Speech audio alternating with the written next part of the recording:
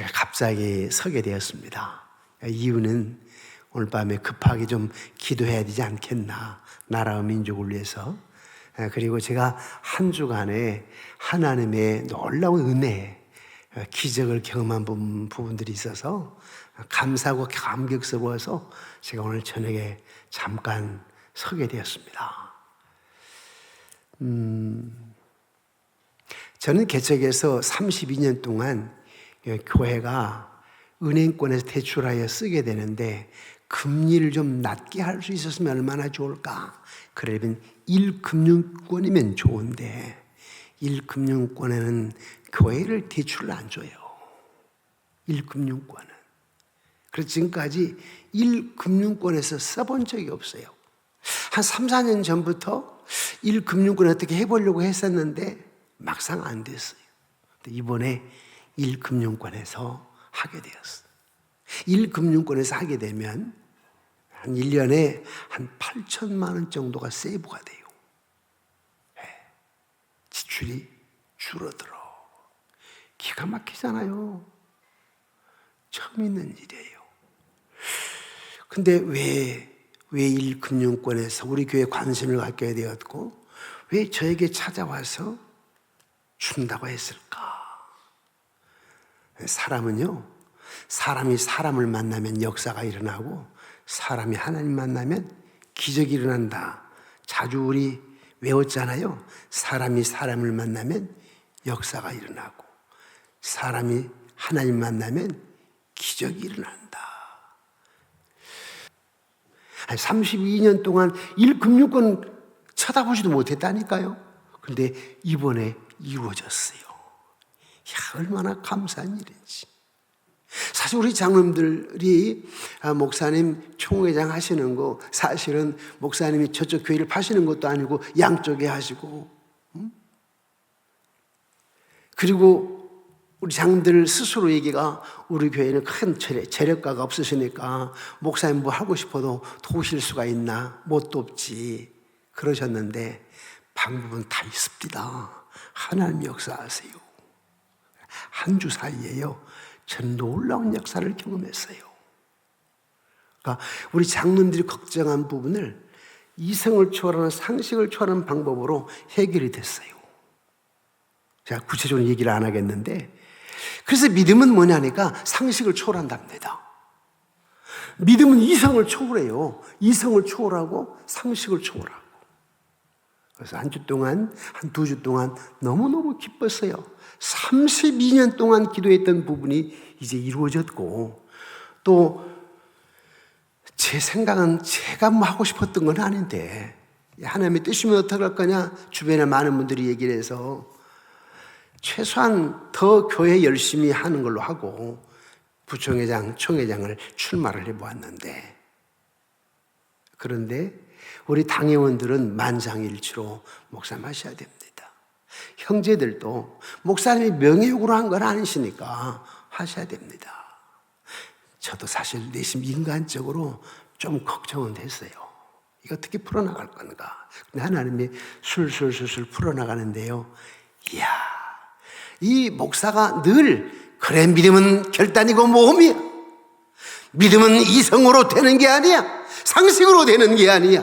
합리적인 논리적인 사고로 되는 것이 아니야. 영적인 축복이지. 32년 동안 그 경험했지만 요 근래에 한 2주 동안 더 놀라운 일을 경험하게 된 거예요. 그저였어요. 우리 김자영 집사님이 지금 김자영 집사님이 미국을 가셨는데요. 급하게 전화 요청을 했어요. 목사님의 기도.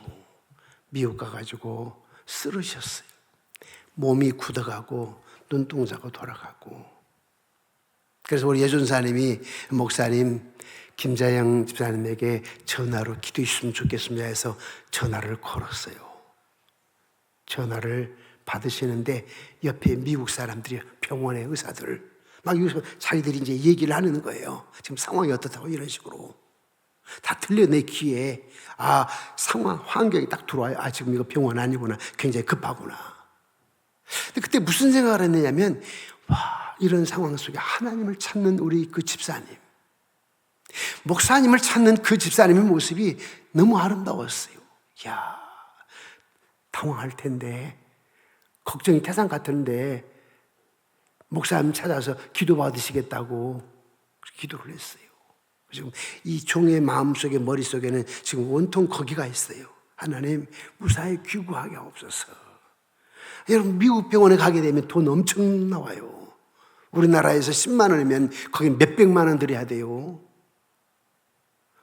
어떻게 할지는 모르겠습니다만은, 그래서 빨리 회복이 돼가지고 오셔야 된다고. 그래서 기도하고 있습니다. 우리는 순간순간마다 위기를 만납니다. 우리는 순간순간마다 생각할 수 없는 사면 초가를 경험하게 됩니다. 그런데 그럴 때 대부분 사람들은 어떻게 돼요? 굳어버려요. 마음이 굳어버려. 낙심, 포기, 마음이 굳어버려. 유명한 고개사가 그의 제자들에게 고공에서 수평봉에 그래서 매달려서 재주를 부리는 고개사를 하는 걸 가르쳐, 제자들에게. 그래 놓고 그중 한 소년이 이제 높이 그 수평봉에 걸려가지고 이제 그 묘기를 부려야 되는데, 이미 선생님에게 배웠는데, 고개사에게 배웠는데 그만 겁에 질리고 말았어요. 그리고는 수평병을 붙들고 꼼짝 딸싹을 못하고 벌벌 떨고 있어요. 얼어버렸어요. 그 순간 그는 공중에서 자신이 사정없이 땅에 떨어져 내리는 무서운 그런 어떤 마음의 감정을 느꼈습니다. 아무것도 할 수 없었고 극심한 공포에 떨려 있어가지고 근육이 온통 뻣뻣하게 마비돼 버렸어요. 못하겠어요. 저 못하겠어요. 그러고 있어요. 소년은 숨도 제대로 쉬지 못할 정도로 떨고 있었습니다. 그때 고개사가 소년의 어깨 위에 손을 딱 얹으면서, 너는 충분히 할 수 있다. 내가 어떻게 하면 되는지 너에게 가르쳐주마. 그리고는 고개사는 그 소년에게 귀중한 한마디를 던졌어요. 저 수평봉 너머로 내 마음을 던져라. 지금 몸이 아니라 내 마음을 던져라. 그러면 네 몸이 그 마음을 뒤따를 것이다. 마음을 먼저 던져라는 거지요. 사람이 환경에 사로잡히기 시작하면 아무것도 할 수가 없습니다. 하나님의 디자인에 순응하는 것을 배울 필요가 있죠. 하나님의 디자인. 그래서 언제나 믿음은요, 몸이고 결단이에요. 믿음은 몸이고 결단이에요. 믿음은 뭐냐? 이성을 초월해요. 믿음은 상식을 초월해요. 근데 우리가 오랫동안 신앙생활에도 이성과 상식에 얽매여 있게 되면 크고 위대하신 하나님을 경험할 수가 없어요. 한 2주 사이에 내가 만난 하나님, 상상을 초월해요. 야, 이럴 수가 있을까? 물론 내가 예수 믿고 지난 42년, 24살 때 이제 믿음 생활을 좀 했으니까, 교회는 21살 처음 가봤지만 군대 제대하고 나와서 교회를 다니기 시작했으니까, 그러니까 한 42년 동안 이렇게 오면서 종종 하나님의 역사를 경험해 보았지만, 요 근래 한 2주 사이에 다 놀라운 일을 경험하면서, 그럼 믿음은 이성을 초월해, 믿음은 상식을 초월해, 믿음은 합리성을 초월해, 믿음은 논리성을 초월해. 세상하고 달라요. 그래서 연계시켜서, 이 나라가 굉장히 어려운 가운데 있습니다. 완전히 사면초가입니다. 저는 한 이틀 사이에 이 나라를 보면서, 나는 이제 내가 지금 천국 가도 괜찮아. 진짜예요. 내가 지금 만으로 66년을 살았으니까 하나님 천국 가도 괜찮아. 물론 할 일은 많지. 할 일은 정말 많아요. 그런데 인간적으로 볼 때 나 천국 가도 괜찮아요. 그런데 우리 아이들 볼 때 딸 사이, 손자, 손녀, 우리 교회 젊은 사람들, 우리 주일학교, 청소년 1부, 청소년 2부, 청년부, 또 젊은 우리 세대들 이렇게 보면서 기도하는 사명이 있는 나 어떻게 해야 될까? 하나님 이 나라를 어떻게 해야 될까요? 완전히 사면 초가죠. 지금 어떻게 해야 될지. 아니 이런 날은 없었던 것 같아요. 굉장히 지금 나라가 어려운 가운데 있습니다. 나라가 어려운 가운데 있어. 저는 58년도에 태어났으니까 전쟁이 53년도에 끝났어. 50년 6월 25일 날 일어나가지고 53년도에 전쟁이 끝났다고. 그러고 나서 5년 뒤니까 아직은 저기에 술탄 터진 것도 있고 껍질도 있고 그 다음에 총 탄피도 가다 보면 있고, 그리고 그 6.25 때에 상용사 돼가지고 이 손에다가 쇠 걸어가지고 마을마다 다니면서 구걸하러 다니는 상용사들, 어린 나이에는 얼마나 무서운지. 그 사람 자체들이 무서운 건 아는데 전쟁의 그 흔적으로 팔이 잘려가지고 해서 살아가는 사람들인데, 근데 어린아이는 그걸 모르니까 무서웠잖아요.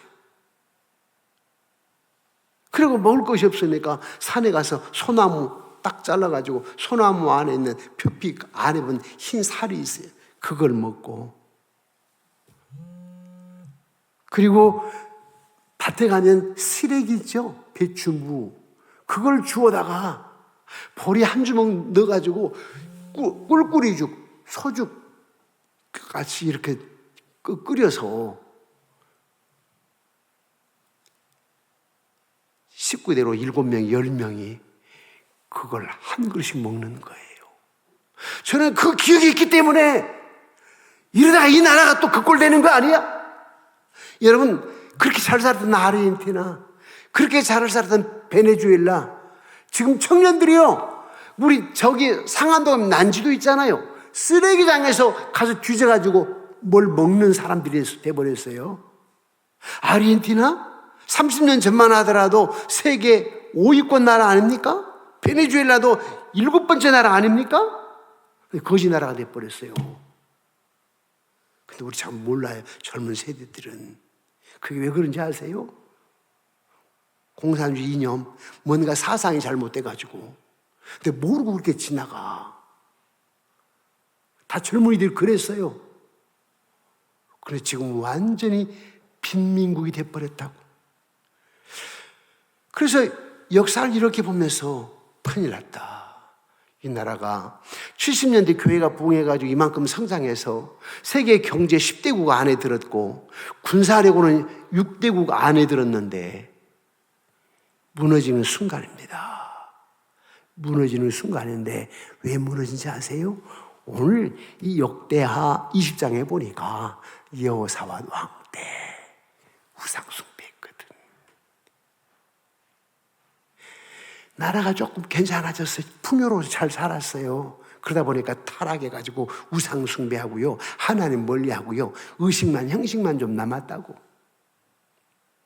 그런데 이제 조금 부강하고 평안하니까 이 왕도 부하들이, 신하들이 와가지고 와서 보고를 하는 거예요. 임금님, 왕이시여, 밤사이에 별건 없고요, 저 아랫마을에 김씨네 집에 소가 새끼를 낳다가 그 새끼가 죽은 것 외에는 없습니다. 겨우 보고 이 정도. 자, 윗마을에 어떤 사람의 강아지가 9마리가 태어났는데 그 가운데 8마리는 잘 살았고 1마리는 죽었던 거, 이런 거 외에는 거의 문제 없습니다. 이런 보고였어요. 평온했다 이 말이에요. 별 일이 없었어요. 지금 우리하고 똑같아. 지금 여러분 여행도 다니고 어디 차 가지고 여행도 가시고, 물론 조금 우리가 경제 어렵다는 얘기는 나오지만 그래도 여러분 살 만큼 살자 우리. 그런데 생각지 않게 우리 다음 세대가 어려움을 당할 수가 있어요. 지금 얘기 지금 그러고 있습니다. 여호사밧 왕 때. 그런데 그때에 여호사밧이 두려워 떨었습니다.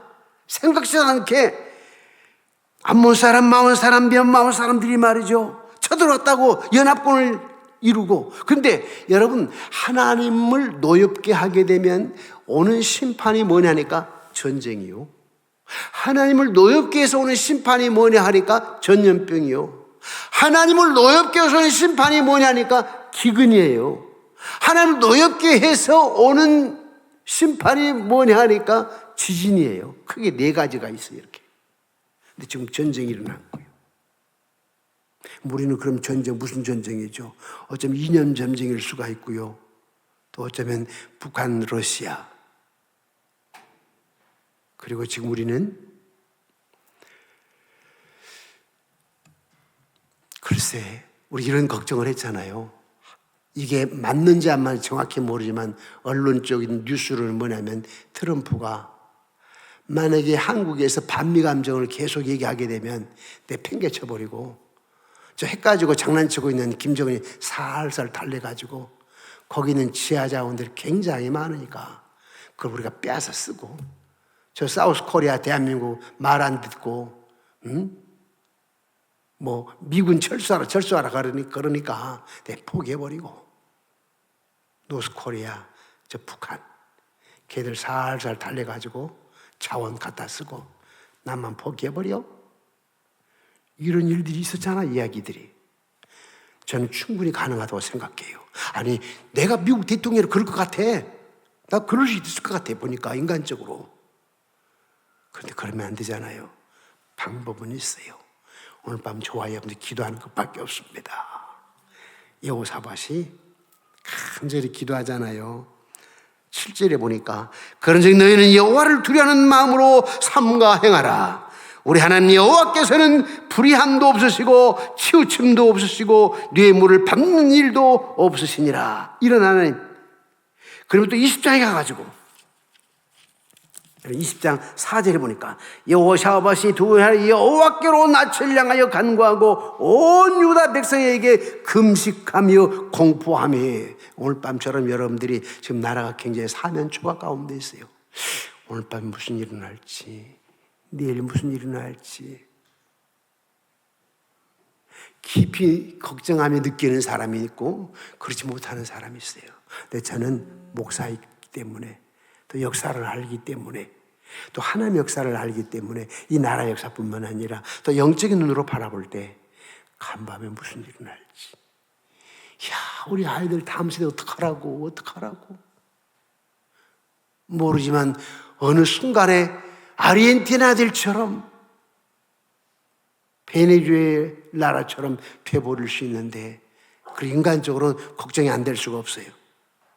그래서 하나님은 갑자기 종에게, 우리 김 목사님 설교를 다 준비했는데 내가 1시간 전에 전화했다니까요. 아까 김 목사님 오늘 설교 본문이 어디요? 어떤 내용으로 설교할 겁니까? 물어봤어요. 그래서 내가 오늘 저녁에 잠깐 할게요. 그 설교 준비 다음에 하시고 그리고 올라왔어요. 왜요? 6절에 보니까 이르되 우리 조상들의 하나님 여호와여 주는 하늘에서 하나님이 아니시니까 이방 사람들의 모든 나라를 다스리지 아니하시나이까 주의 손에 권세와 능력이 싸우니 능히 주와 맞설 사람이 없나이다. 우리 이 기도 제목을 가지고 여러분 기도하셔야 됩니다. 나라 민족을 위해서. 사실 심각해요, 여러분. 나는 우리 여기 아이들이 있는데요, 이들이 지금 10년, 20년 행복해야 될 거 아니에요? 솔직히 저는 행복을 맛보았어요. 6.25 후에 잘 살았잖아요.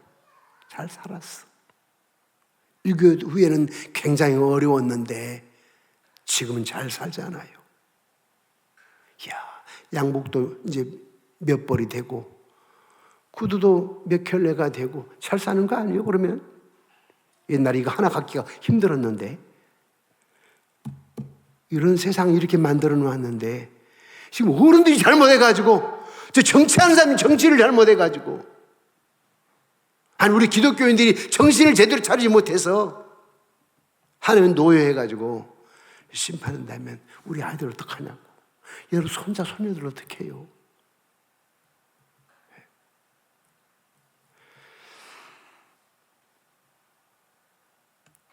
8절에 보니까 그들이 이 땅에 살면서 주의 이름을 위하여 한 성소를 주를 위해 건축하고 이르기를 만일 재앙이나 난리나 견책이나 전염병이나 기근이 우리에게 임하면 주의 이름이 이 성전에 있으니 우리가 이 성전 앞과 주 앞에 서서 이 환난 가운데에서 주께 부르짖은 즉 들으시고 구원하시리다. 주께서 여러분들의 기도를 들으시고 구원하시리다.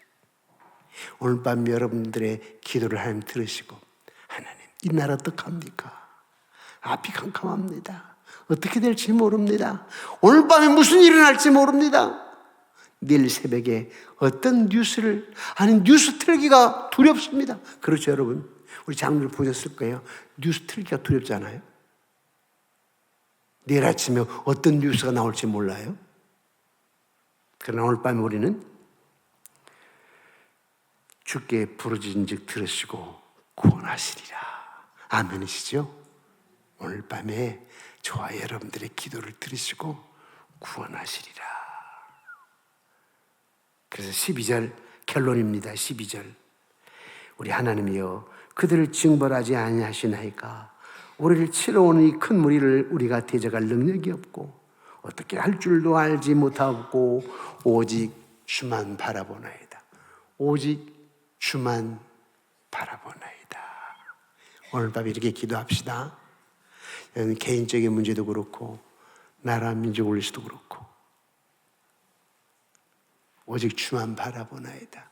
내 가정의 문제, 내 사업장의 문제, 내 후손의 문제, 이 나라의 문제, 안녕과 평화의 문제 오직 주만 바라보나이다. 주만 바라보나이다. 미약하여 아무 힘이 없을 때 위기 가운데 있을 때 우리는 어떻게 해야 되는가? 하나님 앞에 얼굴빛을 향하여 여호와를 향하라. 우리는 때때로 삶 속에서 자신이 너무도 미약하고 힘이 없다는 거 인식할 때가 많습니다. 그럴 때 우리 해결의 통로는 뭐냐? 하나님밖에 없습니다. 하나님밖에.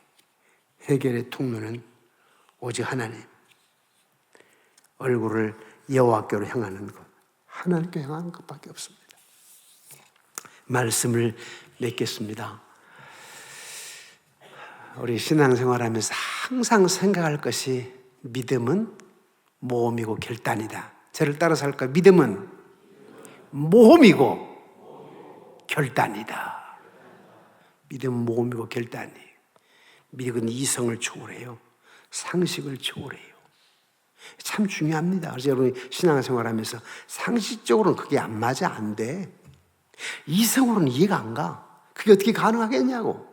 그런데 하나님 여러분 믿음을 요구해요. 그건 저쪽 사람들이 하는 거고 교회 밖의 사람들의 모습이고 교회 안에 있는 너희들은 이성을 초월해서 상식을 초월해서 합리적인 사고를 초월해서 논리적인 사고를 초월해서 그분은 창조자, 없는 걸 있게 하신 분, 불가능을 가능케 하신 분, 안 될 것 같으나 되게 하신 분, 죽을 것 같으나 살게 하신 분, 그분이 여러분 안에 계시잖아요. 그분이 지금 예배당 안에 계시잖아요. 그분이. 하나님은 이런 믿음으로 저와 여러분 나갈 때 여러분 사업장도 앞으로 크게 번창케 해 주실 줄 믿습니다. 그리고 우리 교회 성장할 줄 믿습니다. 저는 지금 기도하면서 무슨 생각하냐면 내년엔 전폭적으로 기도한다. 전도한다. 더 기도하면서 전도한다. 그래서 3월 7일부터 3월 7, 8, 7일이 금요일입니다. 금요일 저녁, 8일이 토요일입니다. 토요일 저녁, 그리고 주일날 1, 2, 3, 4부. 이게 뭐냐면은 제가 저 안산 동산교회 김인중 목사님 아주 열정적으로 전도를 해서 몇만 명 모인 교회가 됐는데요. 한 3주 전에 뵙게 됐어요. 그래서 얘기하다가 목사님, 우리 교회 오셔서 집회 한번 해주시죠. 전도 집회. 그래서 금요일 저녁, 토요일 저녁, 주일날 제가 1, 2, 3, 4부를 맡겼어요. 그때 전도 설교를 해달라고. 그래서 교회가 확 전도가 일어나게. 근데 그때 하려면은 이 목사부터 해야 되거든요. 그래서 목사부터 전도를 먼저 해야 돼. 그래서 제가 택시 기사를 만나든 누구를 만나든 예수 믿으십니까? 꼭 복음을 전해요. 나부터 해야 돼. 목사는 안 하고 다른 사람도 하라는 게 아니에요. 목사부터 해야 돼. 우리 장로님들도 우리 권사님들도 해야 돼. 근데 영혼 사랑하면요, 하나님 정말 축복합니다. 뭐 천국에 갔다 온 사람이 그 박용규 목사님, 그럼 천국 갔다 왔는데 천국에 가니까 제일 멋있는 제일 좋은 집이 누구 집이냐 하니까 무디 목사님 집이래. 왜? 무디 목사님은 엄청 많은 수를 전도를 했기 때문에. 전도. 그래서 한 4명이 쭉 이렇게 나오잖아요. 우리 한국은 최권능 목사님. 최권능 목사님. 깡패. 나중에 예수 믿고 다 울면서 다니며 전도했던 사람. 최권능 목사님.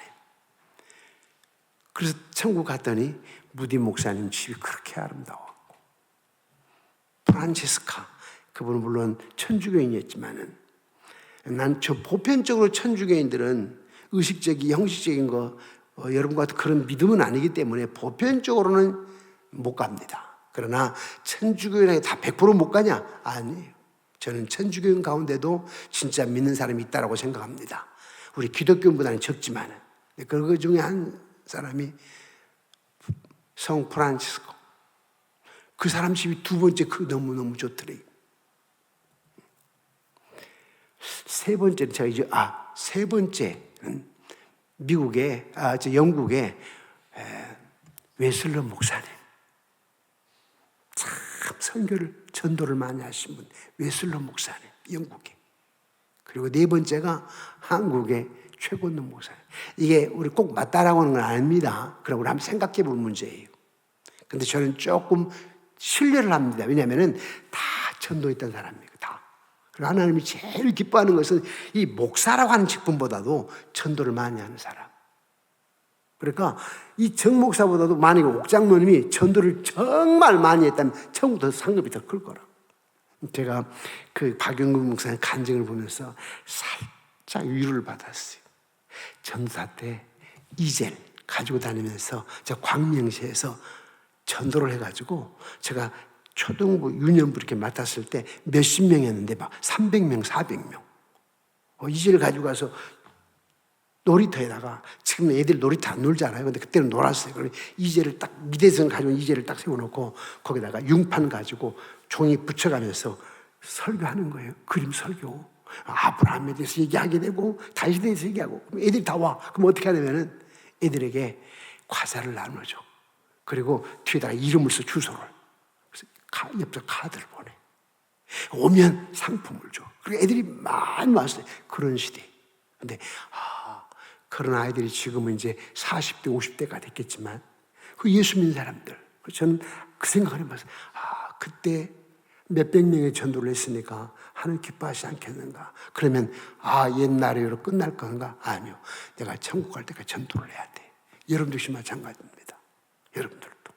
근데 그렇게 하게 되면 하나님이 여러분들을 축복하실 뿐만 아니라 여러분 자녀 손들을 축복하십니다. 괜히 다른 걸로 인해서 교회에서 여러분 속상해하지 마시고, 본론을 잃어버리고 목적을 잃어버리고 그냥 향당 없이 그냥 헛손질하면 안 된다니까요. 교회에서 열심히 봉사한다고 해가지고 마음 상해서 교회를 다니니 많이 어쩌니 이렇게 해버리면 그 헛손질, 헛발질하는 거 똑같아요. 이 목사도 열심히 설교 준비해가지고 쩍쩍 헬라어, 히브리어, 라틴어, 아람어 연구해가지고 주석도 보고 열심히 연구해서 설교를 했는데 내 삶이 온전히 영혼 사랑으로 가지 않는다면, 또 솔직히 거룩한 영향력을 미치지 않는다면, 뿐만 아니라 내가 목사는 목사인데 하나님을 두려워하지 않는다면, 여러분 솔직하게요, 우리 목사부터 시작해 성도님들이 하나님 안 두려워합니다. 눈 가리고 앙호하는 게 너무 많아요. 신앙생활을 잘할 수 있는 비결은 하나님 두려워하는 거예요. 하나님 두려워하는 거.